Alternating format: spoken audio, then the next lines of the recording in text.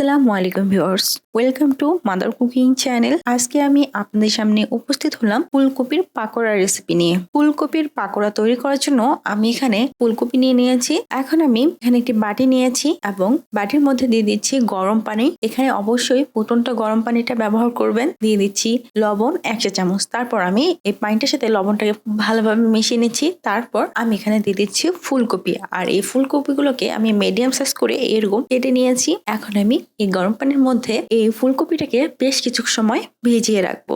এখন আমি এখানে একটা মিক্সচার নিয়ে নিয়েছি। এখন আমি এর মধ্যে দিয়ে দিচ্ছি পেঁয়াজ কুচি 2 টেবিল চামচ, দিয়ে দিচ্ছি রসুনের কোয়া 17 থেকে 18টি, দিয়ে দিচ্ছি আদা কুচি 1/2 চা চামচ, দিয়ে দিচ্ছি টক দই 2 টেবিল চামচ। এখন আমি এই সব উপকরণ সমূহকে খুবই ভালোভাবে ব্লেন্ড করে নিব। আমি বেশ কিছুক্ষণ সময় ধরে এগুলোকে খুব ভালোভাবে ব্লেন্ড করে নিয়েছি, আর এই সময় কিন্তু এগুলো খুব ভালোভাবে ব্লেন্ড হয়ে গেছে। পেস্টটা কিন্তু একেবারে রেডি হয়ে গেছে। এখন আমি এখানে একটি প্লেট নিয়েছি, আর গরম পানিতে যে ফুলকপিগুলোকে রেখেছিলাম সেগুলো এই গরম পানি থেকে উঠিয়ে এই প্লেটের মধ্যে দিয়ে দিচ্ছি। এখন আমি এই ফুলকপির মধ্যে দিয়ে দেব আমি যে পেঁয়াজ, আদা, রসুন আর দইয়ের যে পেস্টটা করেছিলাম সেই পেস্টের মধ্যে দিয়ে দিচ্ছি। দিয়ে দিচ্ছি জিরা গুঁড়া 1 চা চামচ, দিয়ে দিচ্ছি ধনিয়া গুঁড়া 1 চা চামচ, গোলমরিচের গুঁড়া 1/2 চা চামচ, লবণ 1 চা চামচ। আমি যেহেতু ফুলকপিগুলোকে গরম পানিতে লবণ দেওয়া গরম পানিতে ভিজিয়ে রেখেছিলাম, তাই এ সময় কিন্তু ফুলকপিতে লবণের পরিমাণটা আমি একটু কম ব্যবহার করছি। দিয়ে দিচ্ছি মরিচের গুঁড়া 1/2 চা চামচ, হলুদের গুঁড়া খুবই সামান্য পরিমাণে, দিয়ে দিচ্ছি ধনিয়া পাতা কুচি 2 টেবিল চামচ, দিয়ে দিচ্ছি লেবুর রস খুবই সামান্য পরিমাণে। এখন আমি এই সব উপকরণ সমূহকে খুবই ভালোভাবে মাখিয়ে নিব।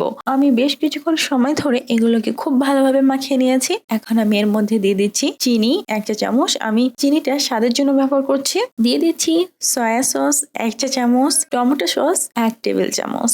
এখন আমি আবারও এগুলো খুব ভালোভাবে মাখিয়ে নেব। এ সময় কিন্তু ফুলকপিটা খুবই ভালোভাবে মেরিনেট হয়ে গেছে।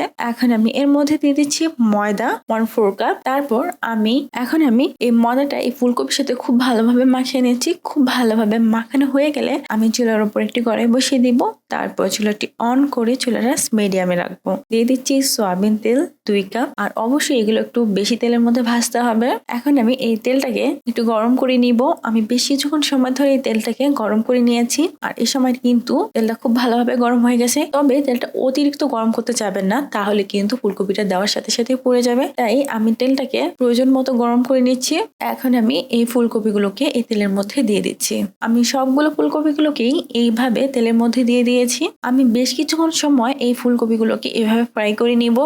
তারপর আমি এরকম একটা চামচ দিয়ে এই ফুলকপিগুলোকে উল্টে দিচ্ছি। এই ফুলকপিগুলোকে আমি উল্টিয়ে পাল্টিয়ে চারদিক থেকে খুবই ভালোভাবে ফ্রাই করে নিব। এই সময় কিন্তু ফুলকপিটা খুবই ভালোভাবে ফ্রাই হয়ে গেছে এবং ফুলকপিগুলোর মধ্যে খুবই সুন্দর একটা ব্রাউন কালার চলে এসেছে। এখন আমি এই ফুলকপিগুলোকে তেল ঝরিয়ে উঠিয়ে নিব। তৈরি হয়ে গেছে খুবই মজাদার ফুলকপির পাকোড়া। আপনারা এভাবে একবার ফুলকপির পাকোড়া তৈরি করে দেখতে পারেন। এই ফুলকপির পাকোড়াটা খেতে কিন্তু ভীষণ মজার হয়। প্রিয় দর্শক, এই ছিল আমাদের আজকের রেসিপি। মাদার কুকিং চ্যানেলের আরো এক্সাইটিং রেসিপি নিয়ে আপনাদের সামনে আবার উপস্থিত হব। ভিউয়ার্স, আপনাদের সকলকে অনেক অনেক ধন্যবাদ জানাচ্ছি পুরোটা সময় আমাদের সাথে থাকার জন্য।